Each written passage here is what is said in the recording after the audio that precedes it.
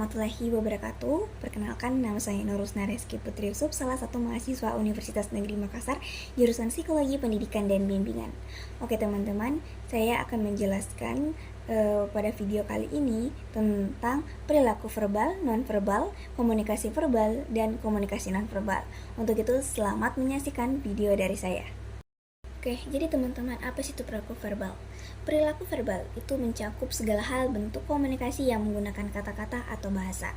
Ini termaksud kita berbicara, mendengarkan, membaca, dan menulis. Perilaku verbal, bagaimana cara kita itu berinteraksi dengan orang lain secara lisan dengan baik, seperti dalam percakapan sehari-hari, presentasi, diskusi, dan lain sebagainya. Ini juga keahlian dalam menggunakan bahasa untuk menyampaikan informasi, menyampaikan gagasan, atau mempengaruhi orang lain. Jadi ini tuh bagian dari perilaku verbal. Jadi teman-teman, perilaku verbal juga dapat dipengaruhi oleh berbagai faktor, termasuk budaya, latar belakang, sosial, dan konteks komunikasi dan tujuan komunikasi. Misalnya, cara kita berbicara terhadap seseorang mungkin berbeda tergantung pada apa yang mereka bicarakan kepada kita. Dalam berbagai konteks, perilaku verbal ini memainkan peran fundamental dalam membangun hubungan, menyelesaikan masalah, dan mencapai tujuan bersama. Penyampaian informasi dalam perilaku verbal ini memungkinkan kita untuk mentransfer pengetahuan, fakta, ide kepada orang lain.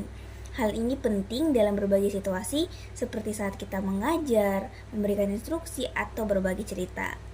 Jadi, perilaku verbal juga dapat digunakan untuk meyakinkan orang lain untuk mengikuti sudut pandang kita dan mengambil tindakan tertentu atau mengubah perilaku mereka. Hal ini cukup penting untuk dilakukan karena misalnya saat kita bernegosiasi, pemasaran, dan kepemimpinan ini diperlukan. Oke teman-teman, yang kedua itu perilaku nonverbal. Hal ini melibatkan segala bentuk komunikasi yang tidak menggunakan kata-kata, bahasa, lisan untuk menyampaikan pesan. Ini menyangkut bagaimana ekspresi wajah, gerak tubuh, kontak mata, bahasa tubuh, intonasi suara, jarak fisik antara individu, serta bagaimana penggunaan simbol-simbol visual seperti gambar ataupun gestur. Perilaku nonverbal ini memiliki peran yang sangat penting dalam berkomunikasi karena dapat menyampaikan banyak informasi dan emosi tanpa kata-kata. Misalnya, ekspresi wajah yang senang atau sedih saat dengan cepat kita tuh mengomunikasikan perasaan seseorang kepada orang lain. Gerakan tubuh dan bahasa juga dapat memberikan petunjuk tentang tingkat kenyamanan, minat atau kecemasan seseorang dalam suatu situasi tertentu. Jadi pentingnya perilaku verbal dalam komunikasi ini adalah karena kita itu dapat memperkuat, melengkapi, atau bahkan kita tuh bertentangan dengan apa yang kita komunikasikan secara verbal. Misalnya, seseorang mungkin mengatakan iya dengan kata-kata, tetapi menggelengkan kepala secara nonverbal. Ini menyiratkan ketidaksetujuan. Kombinasi perilaku verbal dan nonverbal ini cukup memainkan peran yang penting dalam memahami dan merespon pesan yang diterima dalam berbagai konteks, mulai dari interaksi sosial sehari-hari hingga situasi profesional dan publik. Nah, apakah ada aspek tertentu dari perilaku nonverbal yang ingin kita jelajahi? Oke, selanjutnya komunikasi verbal. Jadi komunikasi verbal adalah proses penyampaian pesan atau informasi menggunakan kata-kata. Ini melibatkan penggunaan suara dan kata-kata untuk berbicara, mendengarkan, membaca, dan menulis. Komunikasi verbal dapat terjadi dalam berbagai konteks, termasuk percakapan sehari-hari, berbicara dengan orang lain, berdiskusi, dan lain sebagainya melalui komunikasi media seperti telepon ataupun video seperti saat ini. Aspek penting dalam komunikasi verbal itu ada beberapa meliputi. Yang pertama, berbicara dengan menggunakan kata-kata untuk menyampaikan ide, informasi, atau emosi kepada orang lain. Ini melibatkan pemahaman kata, struktur kalimat, dan intonasi suara untuk mempengaruhi makna dan ekspresi seseorang. Yang kedua itu mendengarkan, memahami dan menafsirkan kata-kata yang disampaikan oleh orang lain, mendengarkan dengan baik, melibatkan memberikan perhatian secara penuh, memahami pesan yang disampaikan, dan merespon secara tepat. Nah, yang ketiga yaitu membaca. Memahami pesan yang disampaikan melalui teks tertulis seperti buku, artikel, maupun pesan-pesan elektronik. Ini melibatkan pemahaman terhadap kata-kata, struktur, kalimat, dan konteks dari teks tersebut. Nah, yang keempat yaitu menulis.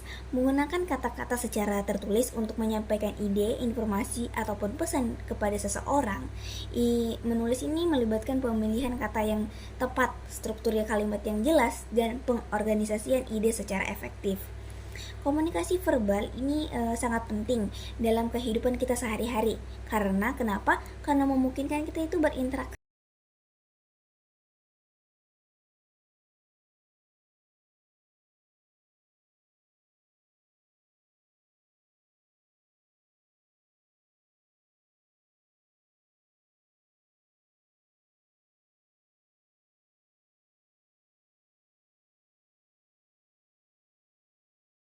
Nah, yang terakhir yaitu komunikasi nonverbal. Ini melibatkan penggunaan tanda-tanda dan sinyal selain kata-kata untuk menyampaikan pesan, emosi, ataupun informasi. Ini termasuk ekspresi wajah, gerak tubuh, kontak mata, bahasa tubuh, intonasi suara, jarak fisik, dan penggunaan simbol-simbol visual. Dalam komunikasi nonverbal, ini dapat membantu kita itu menyampaikan suasana emosional, memperkuat atau melengkapi pesan-pesan verbal yang kita sampaikan, dan memberikan informasi tambahan tentang keadaan mental ataupun emosional seseorang. Nah, ada beberapa aspek penting dalam komunikasi nonverbal. Yang pertama itu ekspresi wajah. Nah, ekspresi wajah seseorang ini dapat mengungkapkan berbagai emosi seperti kebahagiaan, sedih, marah, ataupun kebingungan. Ekspresi wajah yang dapat memberikan petunjuk tentang perasaan atau reaksi seseorang terhadap situasi tertentu. Nah, yang kedua yaitu bahasa tubuh. Gerakan tubuh seperti sikap, gestur, tangan, ataupun postur tubuh dapat menyampaikan banyak informasi tentang sikap, minat, ataupun keinginan seseorang untuk berbicara dengan kita. Misalnya, bersandar ke depan bisa menunjukkan minat atau antusiasme kita dalam berbicara, sementara ke belakang bisa menunjukkan sikap acuh tak acuh terhadap seseorang itu. Nah, yang ketiga itu ada kontak mata. Kontak mata sini menunjukkan bahwa tingkat keterlibatan atau ketertarikan kita dalam percakapan ataupun interaksi. Kontak mata yang baik dapat menunjukkan rasa percaya diri dan ketertarikan pada lawan bicara kita. Nah, yang keempat yaitu intonasi suara. Cara seseorang mengatur nada suara saat berbicara dan dapat mempengaruhi kita tuh mengartikan makna atau ekspresi dari kata-kata yang digunakan. Intonasi suara dapat menunjukkan emosi seperti kegembiraan, ketegangan, atau bukan kebingungan. Nah, yang kelima itu jarak fisik.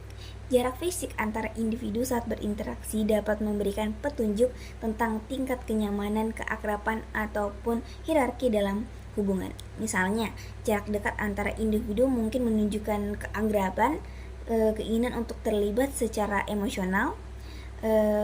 Selanjutnya pula, komunikasi nonverbal ini sering terjadi secara tidak sadar dan dapat memberikan informasi tambahan yang penting dalam komunikasi inter.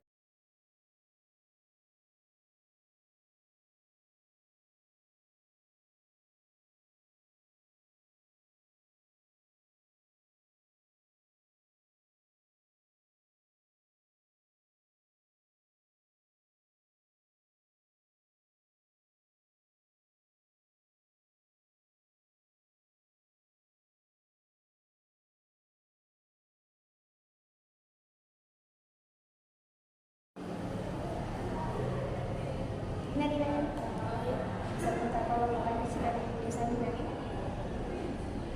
Oh iya, bisa.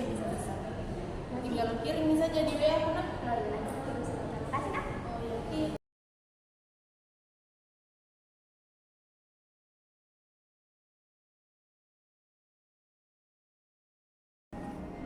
Oh iya, ternyata waktu konseling kita ini sudah mau habis, sisa 5 menit lagi. Dan mungkin kita bisa membicarakan setelah ini kapan lagi kita bisa melakukan pertemuan selanjutnya. Kira-kira kamu bisanya kapan? Mungkin minggu depan bisa Bu, sekitar jam 10-an. Oh, oke, jam 10 ya minggu depan. Iya. Di tempat ini lagi. Oke, baik.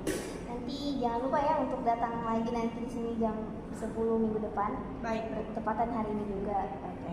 Jadi mungkin setelah ini mungkin bisa kamu simpulkan bagaimana pokok-pokok apa yang kamu dapatkan dan bagaimana rencana kamu ke depannya nanti.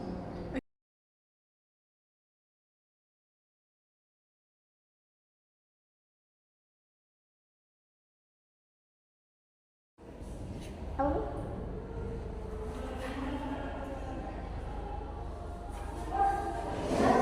Iya, di pagi Bu. Pagi. Punya apa hari ini? Alhamdulillah baik Ibu. Alhamdulillah ya kamu sudah datang pagi dan tidak terlambat lagi. Saya takut nanti tidak bisa ikut pelajaran Ibu, jadi saya juga sudah berjanji untuk tidak terlambat hingga saya datangnya pagi-pagi sekali untuk menghindari macet. Oke, bagus sekali ya kamu sudah mau berubah dan itu harap ke depan nanti kamu tetap seperti ini sehingga nantinya kamu bisa semakin baik dan ibu harap nanti kamu bisa semakin prestasi dan tidak terlambat lagi. Jadi mana teman-teman kamu datang? Terlambat mungkin Bu.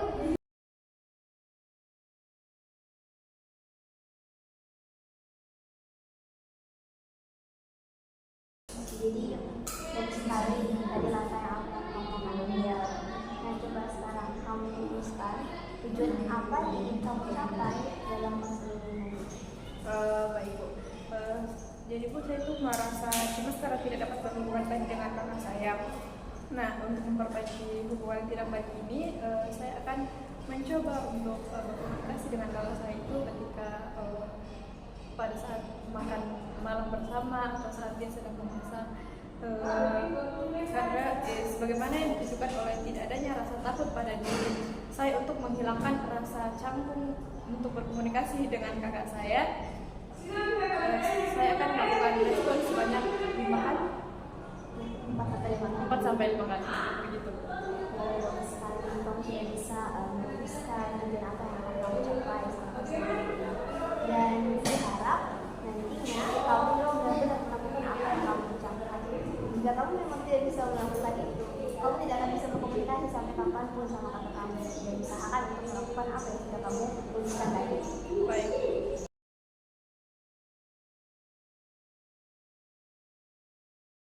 Oke, berarti kamu memang merasa marah dan kamu berusaha untuk kemarahan itu kepada kakak kamu. Betul? Iya Ibu, betul sekali. Oke, berarti bagaimana selama ini pernahkah kamu mau mengomunikasikan apa yang kamu hadapi, situasi yang kamu hadapi, atau perasaan kamu kepada orang tua kamu? Sebenarnya saya sudah sering mencoba Ibu, tapi apa daya mereka itu pada dasarnya memang sepertinya tidak peduli lagi kepada perasaan saya sendiri. Jadi mereka tidak pernah ingin mendengarkan saya Ibu. Selama ini bagaimana cara kamu komunikasi sama orang tua kamu? Selama ini setelah mereka bercerai, mereka berdua itu sudah tidak lama apa istilahnya Ibu, sudah pisah rumah. Saya juga dibawa ke rumah nenek saya Ibu, sehingga saya sudah kurang komunikasi kepada mereka. Saya juga sudah tidak tahu keadaan mereka sekarang seperti apa.